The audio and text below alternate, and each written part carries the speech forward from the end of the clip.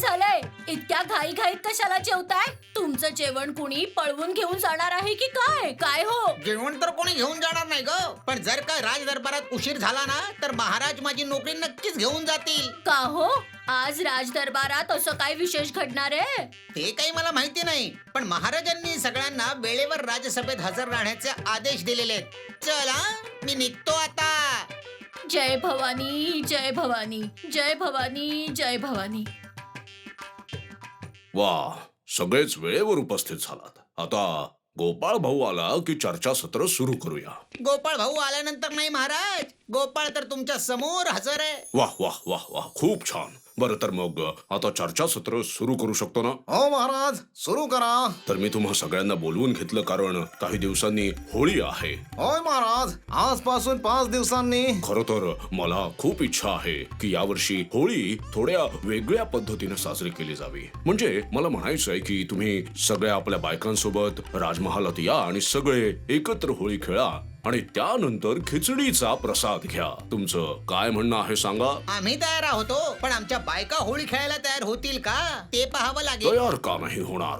तयार होत नसतील तर त्यांची समजूत काढून त्यांना तयार करावं लागेल. काय म्हणता राजकवी, तयार करू शकाल ना? आमच्या दोघात झालाय वाद. बायको गेली माहेरी, घालत नाही साध. वाह वाह वाह, चांगली बातमी दिली आहे. बायको माहेरी निघून गेली.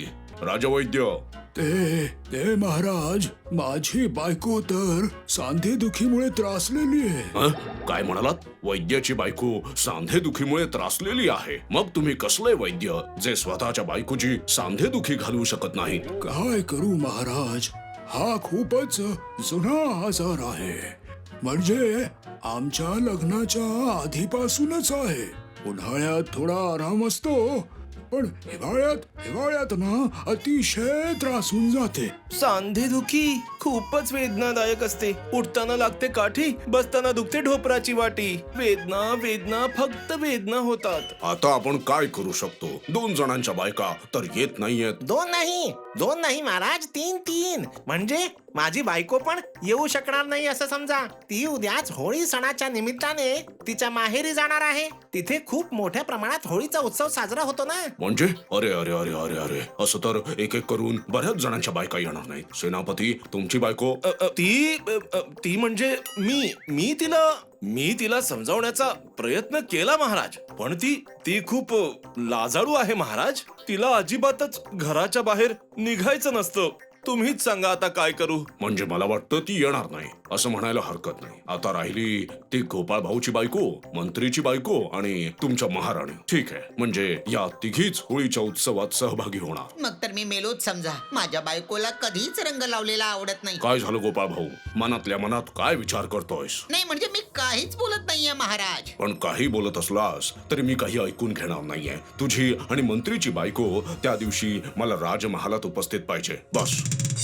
नाही नाही नाही नाही नाही, तुम्हाला काय बोलायचं ते बोला. पण इतकी वर्ष मी रंग लावलेला नाही, तर आता सुद्धा मी रंग लावणार नाही, सांगून ठेवतेय. का रंग का लावणार नाही तू? नाही लावणार म्हणजे नाही लावणार, बस. जेव्हा मी तरुण होते, जेव्हा मी सडपातळ होती, तेव्हा तुम्हाला होळी खेळावीशी नाही वाटली, म्हणून आत्ताही नाही खेळणार. अगं काय करू, त्यावेळी रंग खूप महाग होते आणि कमाई खूप कमी होती. आता काय रंगाचे दर खूप कमी झाले आहेत का? नाही म्हणजे रंगाचे दर जरी कमी झाले नसले तरी कमाई तर थोडीफार वाढली आहे ना. आणि चांगली गोष्ट म्हणजे रंगांसाठी खर्च करायचाच नाही, सर्व खर्च तर महाराज करतायत. तुम्हाला हवा तर खेळा रंग, मला या सगळ्यामध्ये ओढायचं नाही, सांगते. अगं फक्त रंग लावण्यावरून इतकी काय भडकतेस? लक्षात ठेव, हा महाराजांचा आदेश आहे. तुम्ही महाराजांकडे नोकरी करता, म्हणून महाराजांच्या आदेशाचं पालन करण्यासाठी तुम्ही बांधील आहात, पण मी काही बांधील नाहीये. आता काय करू, किती हट्टीपणा हा. हो, मी आहेच हट्टी. एकदा मी सांगितलं की मी रंग नाही खेळणार म्हणजे मेले तरी नाही खेळणार म्हणजे नाही. अगं तू रंग खेळायला आली नाहीस तर माझी नोकरी पण नाही राहणार. जाते तर जाऊ दे, मला काय करायचंय. इतक्या दिवसापासून मी ऐकत आलोय की नारी सहनशील आणि समजदार असते, पण तू तर अगदी विपरीतच आहेस बघ. हो, मी विपरीत आहे. मीच ती नारी आहे जिचं दुसरं नाव शक्ती आहे, कळलं? माझ्या लक्षात आलंय, जर तू शक्ती असशील तर मी सहन शक्ती आहे. काय म्हणालात तुम्ही? बापरे, शक्ती तर चंडिकेचे रूप धारण करून मारायला येते रे बाबा. हे काय बोलताय राणी सरकार, तुम्ही होळी खेळणार नाही? नाही खेळणार. मागच्या वेळी होळी खेळल्यामुळे संपूर्ण शरीरावर घामोळे आले होते. मागच्या वेळी झालं म्हणून यावेळी पुन्हा तसंच होईल असं काही गरजेचं नाही. त्या सगळ्या गोष्टींशी मला काही घेणं देणं नाही. ठरलेलं आहे की मी यावर्षी खेळणार नाही म्हणजे नाही. हे बघ, इथे गोपाळ भाऊ आणि त्या मंत्र्याची बायको ही तुझ्यासोबत होळी खेळायला येणार आहे. जर तू खेळली नाहीस तर ते बरं वाटेल का सांग मला? मला विचारल्याशिवाय तुम्ही त्या लोकांना येण्याचं आमंत्रण दिलंतच का? तुम्ही खेळणार नाही आहात हे मला कसं काय कळणार? आता कळलंय ना, मग त्यांना नाही म्हणून सांगा. आता ते काही माझ्या हातात राहिलं नाही. मी या राज्याचा राजा आहे. आपल्या शब्दावर ठाम राहणं मला योग्य वाटतं. सज्जन माणसाचे शब्द पक्के असतात. जे तुम्हाला योग्य वाटेल ते करा. मी निघते. तुझा थाडच खूप वाढत चाललाय. तू मला तोंडावर नकार देतेस हं? हो, मी दिला तुमच्या तोंडावर नकार. कारण होळीच्या दिवशी भूतासारखा रंग लावणं मला ना अजिबात आवडत नाही. अरे बाप रे, पूर्ण शरीर रंगीबेरंगी होतं. 2 दिवस रगडून रगडून रंग काढला ना तरी सुद्धा निघायचं नाव घेत नाही बाई. मी काही इतका त्रास सहन नाही करू शकत. मी सांगितलं ना, मी नाही खेळणार म्हणजे नाही. हे काय बोलतेस तू? राणी साहेब पण होळी खेळणार आहेत आणि तू खेळणार नाहीस. महत्वाचं म्हणजे गोपाळ भाऊ जर बायकोला घेऊन आला तर मी गोपाळ भाऊला कसा हरू शकणार? हा, तुम्ही तर उठता बसता खाता पिता गोपाळ भाऊंना हरवण्याची स्वप्न बघत असता. त्यात अजून एकदा हरला तर काय फरक पडणार आहे? काय माझ्या तोंडावर इतकी मोठी गोष्ट बोलतेस? हे बघ, जर तू इतका हट्टीपणा केलास तर मी तुला तुझ्या माहेरी सोडून येईन. कळलं की नाही तुला? हे पहा, तुम्हाला जे करायचंय ते तुम्ही करा. मी सांगितलं ना, मी होळी नाही खेळणार म्हणजे नाही खेळणार. हा माझा ठाम निर्णय. ही तर काहीही करून तयार होणार नाही. आता काय करावं समजत नाहीये. आता मी महाराजांना जाऊन काय सांगू? तेव्हा बायकोने जे रौद्र रूप दाखवलंय, असं वाटतंय रंग खेळण्यापेक्षा वाघाचं दूध काढणं सोपं आहे. श्या बाबा, हे मला काही आवडलेलं नाहीये. काही समजत नाहीये. चला महाराजांना सांगून येतो की माझी बायको काय रंग खेळणार नाही.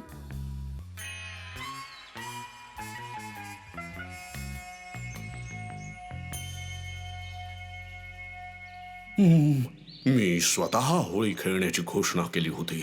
आता जर राणी सरकारच होळी खेळण्यासाठी तयार झाले नाहीत तर सर्वांसमोर माझं तोंड काळ होईल. आता काय करावं बरं? ही गोष्ट सगळ्यांना कशी सांगावी? प्रणाम महाराज. महाराज, तुम्ही चिंतित दिसतायत. काही झालंय का महाराज? हो, डोकं फिरलंय तुझं पण आणि माझं पण. डोकं फिरलंय तुमचं पण आणि माझं पण? याचा अर्थ मी काय समजू शकलो नाहीये महाराज. मला एक गोष्ट सांगायची आहे. माहितीये गोपाळ भाऊ, माझ्या समोर एक महासंकट आलं आहे. काय महासंकट? अरे, इतक्या उत्साहाने मी तुम्हाला सांगितलं होतं की यावर्षी राजमहालात मोठ्या धामधुमीत होळी खेळली जाईल. पण आता तुमच्या राणी साहेबांनी ठरवून घेतलं आहे की त्या होळी खेळणार नाहीत. काय? हो, तेच तर. मागच्या वेळी होळी खेळल्यामुळे तिच्या संपूर्ण शरीरावर घामोळं आलं होतं. त्यामुळे आता जर तीच होळी खेळणार नाही तर मग मी तुम्हाला कसं काय तोंड दाखवू सांग बरं? खरं सांगायचं तर मी इथे येण्याचं खरं कारण तुम्हाला सांगूनच टाकतो. महाराज, माझ्या बायकोनेही ठणकावून सांगितलंय की ती होळी खेळणार नाही. अरे मग काय होईल? मंत्र्याची बायको जर होळी खेळायला आली तर मग मंत्र्यासमोर आपलं दोघांचंही तोंड काळ होईल ना.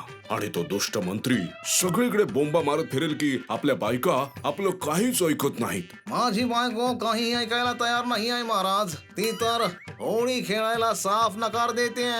बाप रे बाप, अजून ऐका, सगळ्यांनी एकच सूर लावला आहे. ठीक आहे. आता हा मामला माझ्यावर सोपवा. तुम्ही बघाच, होळीच्या दिवशी सगळे एकत्र येतील आणि या होळीच्या विविध रंगांमध्ये न्हाऊन निघतील. हे कसं काय शक्य आहे? थोडा बुद्धीवर जोर दिला ना तर या गोपाळ भाऊ साठी सगळं काही शक्य आहे महाराज. अरे पण होळीला तर फार कमी दिवस बाकी आहेत. त्याची अजिबात चिंता नका करू. एक दिवस विचार करीन, पुढल्या दिवशी त्यावर काम करीन आणि मग जोरदार होळी. हो गोपाळ आजोबा, आम्हाला इथे का बोलवलंय ते तरी आम्हाला सांगा. अरे सांगतो. तुमच्यासाठी एक गमतीदार काम आहे आणि सर्व काम योग्य प्रकारे केलं तर होळीच्या दिवशी संध्याकाळी तुम्हाला पोट भरून भोला हलवाईच्या दुकानातून गोड गोड रसगुल्ला आणि मस्तपैकी गुलाबजाम खाऊ घालीन मी. अरे वा, रसगुल्ला आणि गुलाबजाम. सांगा सांगा, काय करायचंय? तुमच्याकडे बेचकी आहे का बेचकी? हो आहे ना. ही काय, ही बघा. तर बेचकी चालवून झाडावरून एक मोसंबी तोडून दाखवा. हे तर माझ्या डाव्या हाताचं काम आहे. अरे बाप रे बाप, तुझा नेम तर खूपच जबरदस्त आहे रे. येऊन सरळ माझ्या टाकल्यावरच पडली. तुम्हाला लागलं तर नाही ना गोपाळाचं नाही नाही, मोसंबी नरम असतात ना, त्यामुळे फारसं दुखलं नाही. पण जर ती मोसंबी नसती आणि बेल फळ असतं तर माझ्या केस नसलेल्या उघड्या टाकल्याची काय अवस्था झाली असती ते सांगूच शकत नाही. गुलटी ऐक ऐक हा, होळीच्या दिवशी सकाळी मला तुमची गरज आहे, पण काय करायचं ते मी नंतर सांगतो. हा ठीक आहे, आता सांगा मला काय करायचंय. हो, पण मांजरी सारखी आवाज न करता दबक्या पायाने चालू शकशील का? चालताना तुझ्या घागऱ्याचा खर खर आवाज ऐकू नाही यायला पाहिजे. का नाही चालू शकणार? नक्कीच चालू शकेल. जरा चालून दाखवशील का? वाह वाह, फार छान छान. हा ठीक आहे, होळीच्या दिवशी सकाळी मला तुमचीही गरज लागेल. अरे हे दोघं तुमचं काम करतील, पण मग मी काय करू? तू तू पटकन झाडावर चढून दाखव. चढता येईल का तुला लगेच? अच्छा, दाखवतो. अरे थांब थांब थांब थांब, काही सांगायच्या आधी तू झाडावर चढलाच देखील. ही पाणी भरलेली बादली कोण घेऊन जाईल? पण गोपाळ आजोबा, पाण्याने भरलेली बादली घेऊन मी झाडावर कसं चढू? पटकन एक दोर आणा रे. ही बघा आणली. आता बादलीच्या कडीला दोरखंडाचा एक टोक बांधायचं आणि दुसरं टोक कमरेला बांधून झाडावर चढायचं. आता हळूहळू दोरखंड पकडून बादली वर खेचत चढायचं. वा, काय शक्कल लढवली आहे. ऐक, होळीच्या दिवशी सकाळी तुम्ही सगळे या मोसंबीच्या झाडाखाली उभे राहा. काय काय करायचं ते तुम्हाला सांगेन. गोपाळ आजोबा, आज थोडे थोडे रसगुल्ला आणि गुलाबजाम खाऊया का? ते कामाचा आगाऊ मोबदला. अगदी बरोबर, कामाचा मोबदला. चला, पण जाता जाता टेपा आणि पुचकेला पण बोलून घ्या, समजलं ना? होळीच्या दिवशी मला त्यांची सुद्धा गरज आहे. तिकडची काही माहिती मिळाली का? कोणती माहिती भाऊ? एकदम महत्वाची बातमी हाती लागली आहे. पण जर मी ती बातमी तुम्हाला सांगितली तर तुम्ही ती कोणाला सांगणार नाही याची खात्री आहे का? अरे नाही नाही, काही सांगणार नाही. तू जरा निश्चिंतपणे सांग बघू. ऐकण्यात आलंय की राणी साहेब, गोपाळ भाऊची बायको आणि मंत्रीजींची बायको होळी खेळायला तयारच नाहीयेत. असं आहे का? तर मग महाराजांची होळी खेळायची इच्छा आता यावेळी पूर्ण होणार नाही. चांगलं झालं, खूपच चांगलं झालं. माझी बायको रागावून माहेरी निघून गेली म्हणून महाराजांनी त्या दिवशी मला 4 गोष्टी ऐकवल्या. काही बोलू नका, गोपाळ भाऊ येत आहेत. मला येताना बघून हे सगळे गप्प का झाले? म्हणजे नक्कीच हे लोक इथे उभे राहून होळीची चर्चा करत आहेत. काय गोपाळ भाऊ, कुठे चाललात? राजमहालात का हो गोपाळ भाऊ? रबडी खायला. अरे वा, रबडी. महाराजांनी तर आम्हाला बोलावलंच नाही. रस्त्यात उभं राहून खुसूर फुसूर करत राहिल्याने रबडी खाण्याचं आमंत्रण मिळणार आहे का? मी तर जातो. अरे बाप रे, तोरा तर बघा.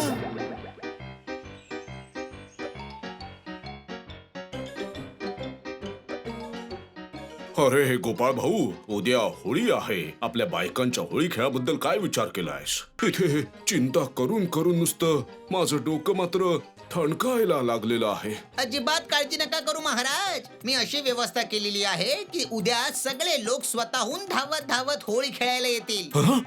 असं आहे का? अरे गोपाळ भाऊ, सांग सांग सांग. अरे सांग ना, अशी काय व्यवस्था केली आहेस?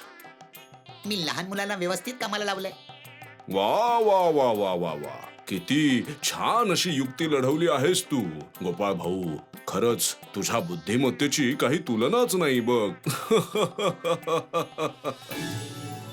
आणि आज तो दिवस आहे म्हणजे होळी आहे. जे सांगितलेलं आहे त्यानुसार सगळे कामावर लागा बघू. तुम्ही अजिबात चिंता करू नका गोपाळ आजोबा, तुम्ही सांगितल्याप्रमाणे सगळं होईल. मी घरच्या दिशेने जात आहे. गुलट्या, तू चल माझ्या सोबत.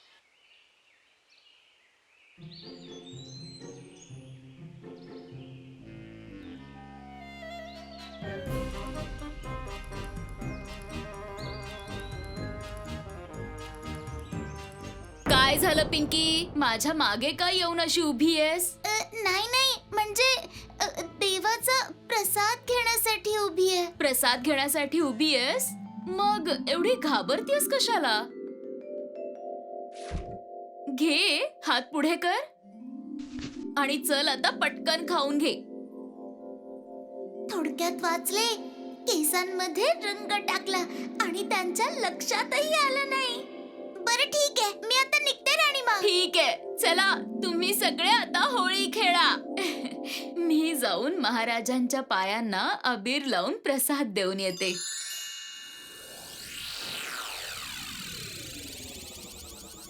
बायको विहिरीवर पाणी घ्यायला गेली आहे. हीच योग्य वेळ आहे. जे काम करायचंय ते करून टाकतो. आता येईल खरी मज्जा. काय हो, तुम्ही स्वयंपाकघरात काय करताय? अगं ऐकतेस का, आज बाजारात इतक्या मोठ्या मोठ्या माशांची विक्री सुरू आहे की काय सांगू. म्हणून काही जिवंत मासे आणले आहेत. या वरच्या भांड्यात पाणी टाकून ठेवलेले आहेत ते. सर्वनाश, हे काय केलं तुम्ही?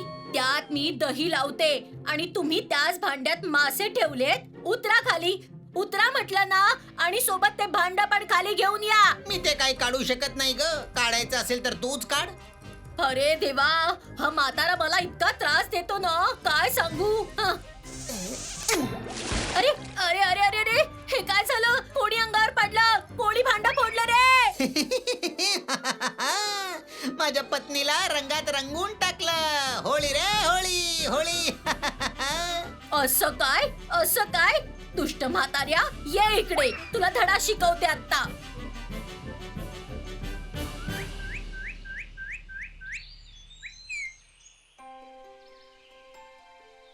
घ्या, राधा कृष्णाचा प्रसाद घ्या. जरा पाय पुढे करा बरं, मला अबीर लावायचंय.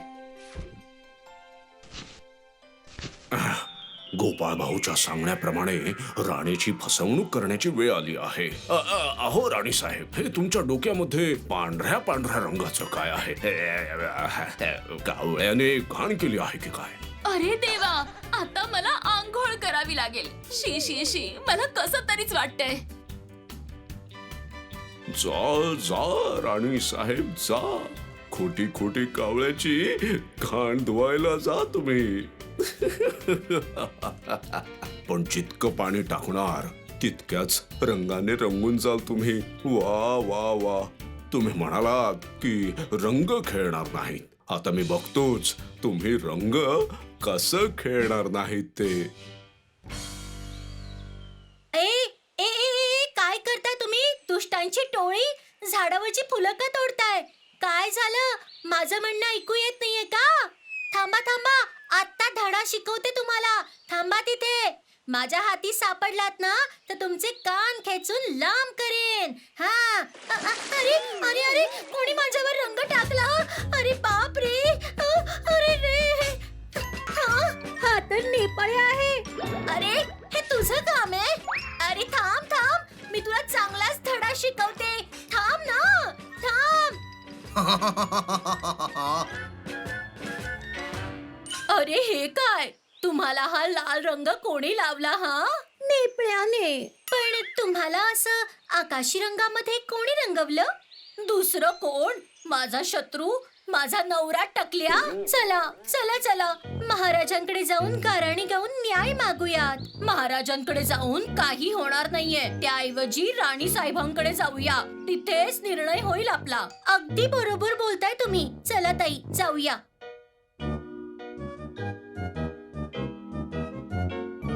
राणी साहेब, अहो राणी साहेब, कृपया दरवाजा उघडा. मी आता दार उघडू शकत नाही. तुम्ही 2 दिवसांनी या. असं म्हणून काही होणार नाहीये हो राणी साहेब. तुमच्या प्रिय गोपाळ भाऊने मला चातुर्याने रंगवलंय. बघा जरा, निपळ्याने झाडावरून माझ्या डोक्यावर लाल रंग घातला. बघा ना. जरा माझी अवस्था पहा. हे काय राणी साहेब, रंग लावून तुम्ही पूर्णपणे रंगीबेरंगी झाल्या आहात. तुम्हाला कोणी रंग लावला हो? मी ते सांगू शकत नाही. महाराज म्हणाले की माझ्या डोक्यावर कावळ्याने घाण केलीये, म्हणून धावत आंघोळ करायला गेले. आणि बघते तर काय, जसजसं पाणी घालत होते तस तसं पांढऱ्या रंगापासून जांभळ्या रंगात रंगत गेले मी. मला वाटते हे सगळं तुमच्या महाराजांच्या कर्तृत्वाचा परिणाम आहे. मी रंग खेळणार नाही असं सांगितलं म्हणूनच माझ्यासोबत असं होतंय. राणी साहेब, महाराजांना दोष देऊ नका. खर तर तुम्ही तिघांनीच रंग खेळणार नाही अशी शपथ घेतल्यामुळे नाईलाजाने मला ही योजना करावी लागली. तुम्ही हो हो, सकाळी पिंकी प्रसाद घेण्याच्या बहाण्याने तुमच्या डोक्यावर रंग घालायला आली.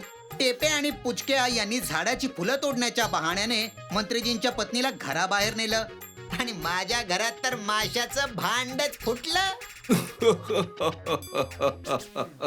लाल, जांभळ्या आणि आकाशी रंगाने रंगून तिघींचा मस्त इंद्रधनुष्यच तयार झालाय.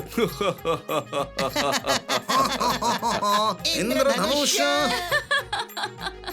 गोपाळ भाऊ, ही सगळी तुमची किमया आहे. तर आता रंग एकदा लागलाच आहे तर मग चला सगळे मिळून होळी खेळूया.